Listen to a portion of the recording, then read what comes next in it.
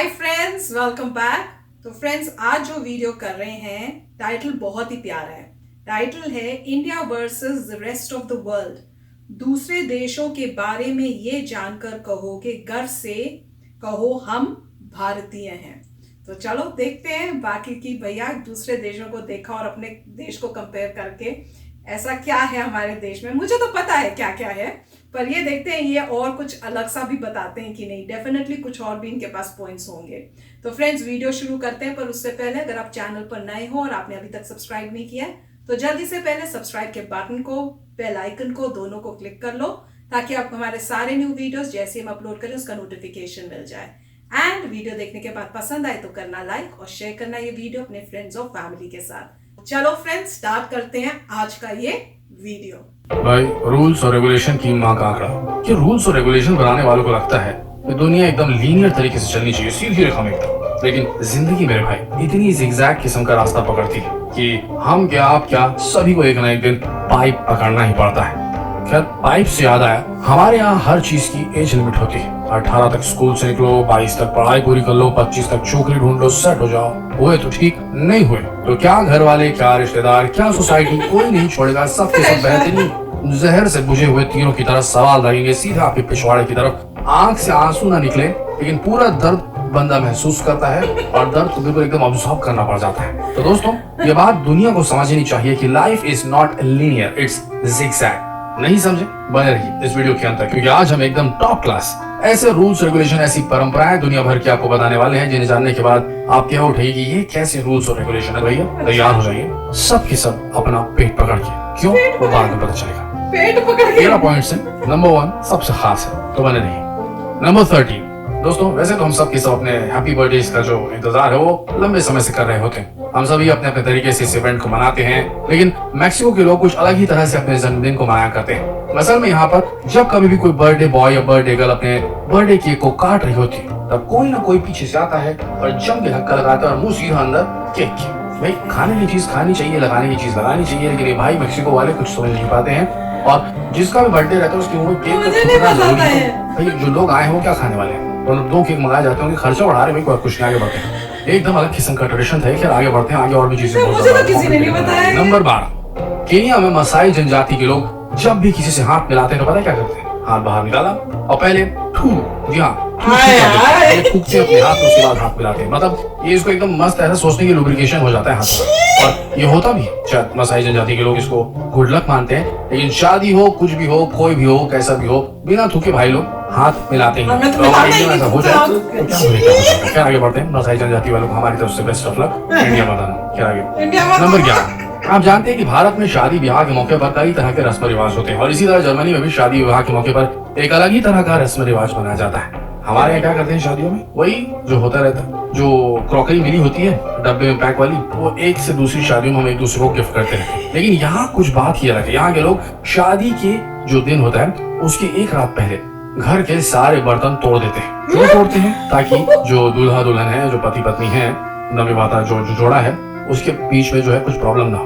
मतलब ये कंफर्म है कि जर्मनी में जैसे होता है, अगर बर्तन भाई नहीं तोड़े जाए तो उसके बाद तुरंत पता है ना आपको क्या होता है, फिर बेलन चलते हैं वगैरह वगैरह। तो बर्तनों को पहले तोड़ देते हैं भाई लोग। ये अलग किस्म की परंपरा है। पति पत्नी आए और उनके घर के सारे बर्तन तोड़ दिए जाता है कि कोई लड़े मत, बर्तन को फेंक के फाके ना। क्या अजीब किस्म की परंपरा है, लेकिन अब है तो है। आगे बढ़ते हैं। नंबर 10।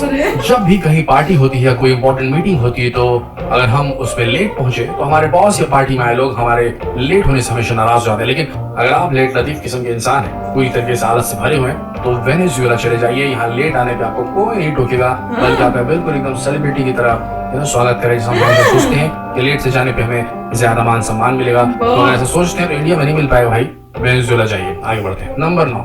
अगर आप डेनमार्क में रहते हैं और 25 साल से ज्यादा की उम्र के हैं, अगर आपकी शादी नहीं हुई है, तो आपके जन्मदिन पर आपके परिवार वाले और आपके रिश्तेदार आपके ऊपर दालचीनी का छिड़काव करते हैं। दालचीनी पाउडर जो है। असल में डेनमार्क की एक बहुत पुरानी परंपरा है। क्यों है किसी को नहीं मालूम, लेकिन दालचीनी छिड़क दो। शादी नहीं हुई लो जो तुम बदनाम हो ये क्या हो ये गया? थोड़ा सा Embarrassing है। टेंशन होगा। क्या एनीवेज आगे बढ़ते हैं भाई। मेरी पता नहीं पहले हुई थी कि नहीं। नंबर 8, हम सभी नए साल को बड़े जोर शोर से मनाते हैं, लेकिन साउथ अफ्रीका में नए साल को बड़े ही अलग ढंग से मनाया जाता है। यहाँ के लोग नए साल में अपने घर के पुराने कुर्सी टेबल अपनी खिड़कियों से बाहर ऐसे फेंकते हैं कि पूछो मत, क्या फेंक रहे हैं, फूल फेंक रहे हैं। और ये परंपरा काफी सालों से चलती आ रही है। उनका ऐसा मानना है कि ऐसा करने से घर में जो बुरी शक्तियां हैं, जो दुख दर्द है, वो सब बाहर निकल जाएगा और नए साल में गायब हो जाएगा। तो अगर ऐसा भारत में होने लगे तो क्या बात है, लोग OLX में लाइन लगा देंगे, जैसे कोई फेंकने वाला रहेगा तो फेंक, मैं उठाता हूँ सीधा OLX में भेज दूँ। क्या एनीवेज ये अजीबोगरीब परंपराएं हैं, दुनिया भर की आगे बढ़ते हैं। नंबर 7, जिस तरह से अफ्रीका में लोग कुर्सी टेबल फेंक कर नया साल मनाते हैं, उसी तरीके से साउथ अमेरिका के लोग बड़े ही अलग ढंग से नए साल का जश्न मनाते हैं। यहाँ पर नए साल के दिन लोग खाली सूटकेस लेकर सड़कों पर घूमते हैं। उनका मानना है कि ऐसा करने से उनके घर में खुशियां और गुड लक आता है।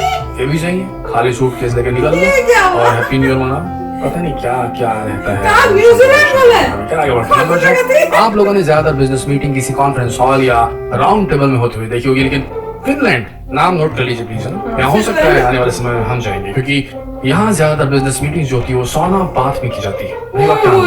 टेबल बैठता है सौना बाथ में, लेट जाइए मस्त वहाँ बैठ के बिजनेस मीटिंग कीजिए। और फिनलैंड के लोगों का ये मानना है कि बिजनेस मीटिंग के लिए एक बेहतरीन स्पॉट है। तो आप भी हमारे किस्म के तो चलो चलते हैं फिनलैंड। चलते मैं भी चलूंगी। नंबर 5, अगर आप लेफ्टी हैं तो आपको बता दें कि मिडिल ईस्ट कंट्रीज में उल्टे हाथ का इस्तेमाल करना बहुत ही गलत माना जाता है, क्योंकि यहाँ के लोग सोचते हैं कि उल्टे हाथ का इस्तेमाल रिजर्व होता है। मतलब कि वो सोचते हैं कि मिडिल ईस्ट वाले भाई आपका लेफ्ट हैंड जो रिजर्व है कहां के लिए, हम सब जानते हैं बाथरूम में इस्तेमाल करने के लिए, प्राइवेट पार्ट्स को धोने के लिए।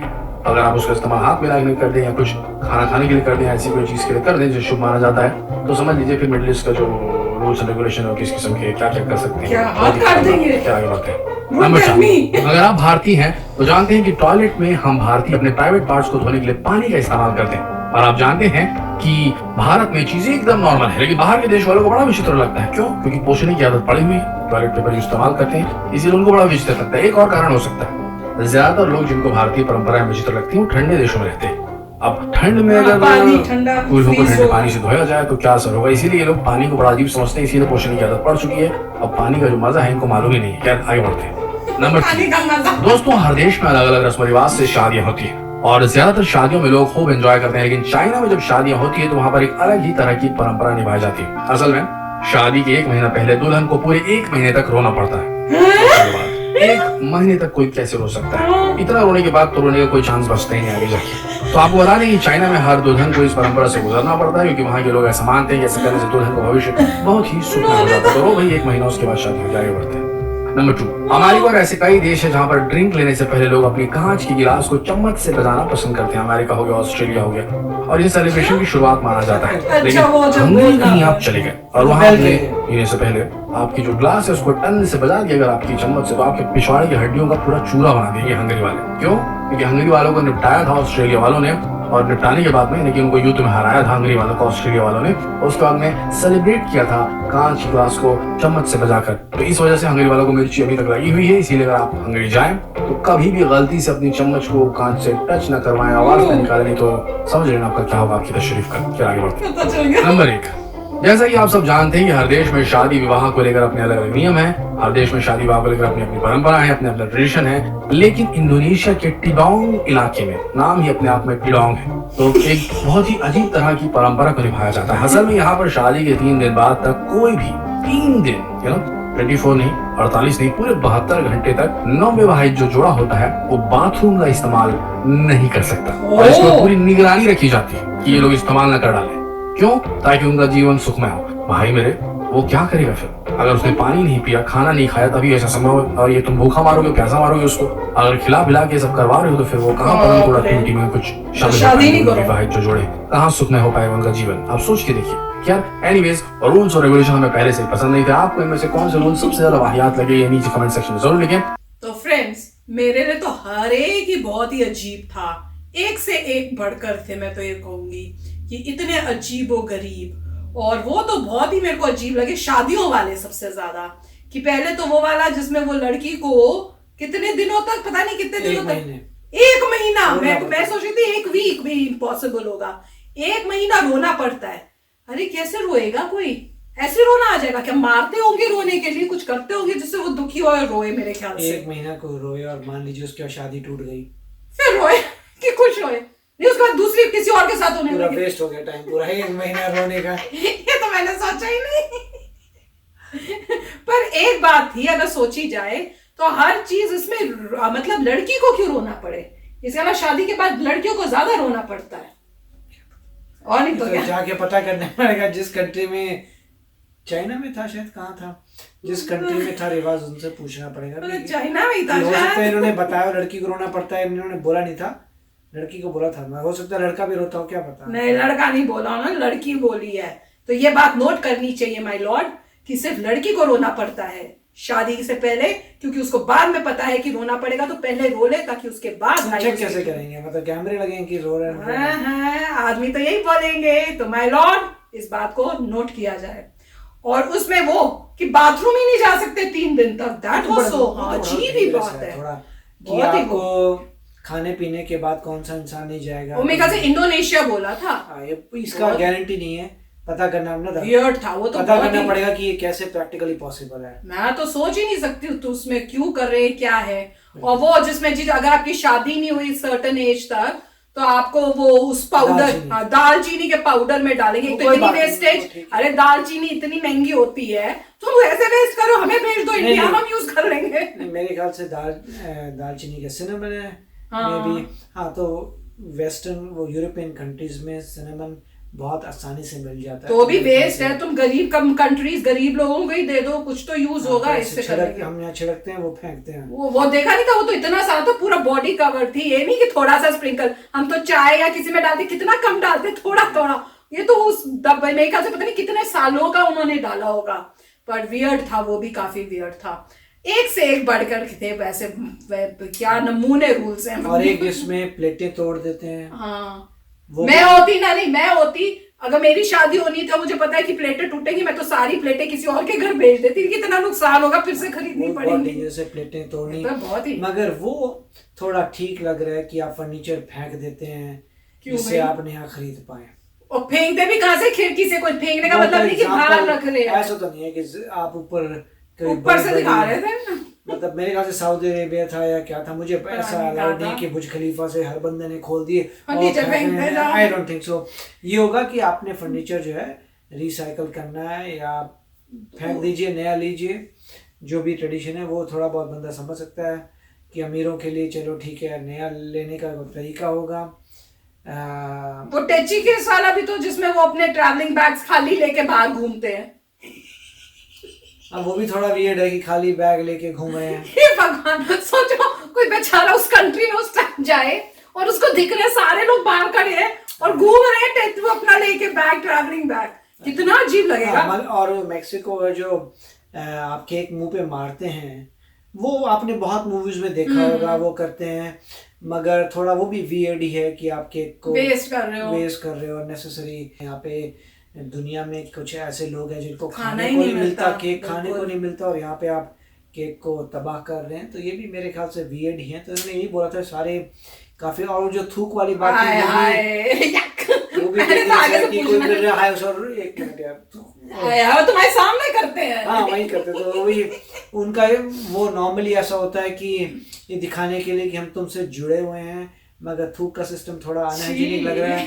उसके ऊपर से जैसे कई आप मूवीज में देखा होगा आपने, यूएस की मूवीज में, इंडिया की मूवीज में भी देखा होगा कि वो ब्लड रिलेशन के लिए बोलते हैं कि 25 ऑर्गन यहाँ से काटते हैं और ब्लड जब निकल रहा होता है तो फिर ऐसे हैंड शेक करते हैं। तो वो भी कुछ है।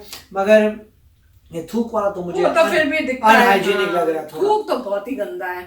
पता नहीं कौन सी जगह थी, मैं तो कभी भी नहीं जाऊंगी। मसाई ट्राइब थी अफ्रीका की, काफी स्ट्रॉन्ग वॉरियर्स माने जाते हैं। बट इसके बारे में मगर नॉर्मली अगर देखा जाए साइंस के पर्सपेक्टिव से तो थोड़ी अनहेल्दी चीज लग रही है। अनहेल्दी, अनहाइजीनिक, देखने में भी इतनी गंदी। इनफैक्ट इंडिया का जो नमस्ते है वो नंबर 1 है। आप टच नहीं करते, वरना तो अभी कोरोना वायरस में नजर ही आ रहा है कि कोई हैंडशेक नहीं कर रहा। बट यहाँ पे लोगों को नमस्ते के बारे में पता नहीं है तो वो नहीं कर रहे, बस यूं कर देते हैं लोग और आगे बढ़ते हैं। ऐसे कर देते हैं, हाय कर देते हैं, यूं हेलो कर देते हैं बस। तो यस फ्रेंड्स, पर बड़ा मजा आया वीडियो देख के यार, सच्ची में। मैं जब उन्होंने शुरू में बोला पेट पकड़ के बैठो, मैंने कहा पता नहीं पेट, हाँ उसके बाद बोला, मैंने कहा पता नहीं पेट क्यों पकड़ने को कह रहे हैं। कि क्या हो जाना है पेट के अंदर, या क्या पेट से रिलेटेड कुछ बता रहे हैं।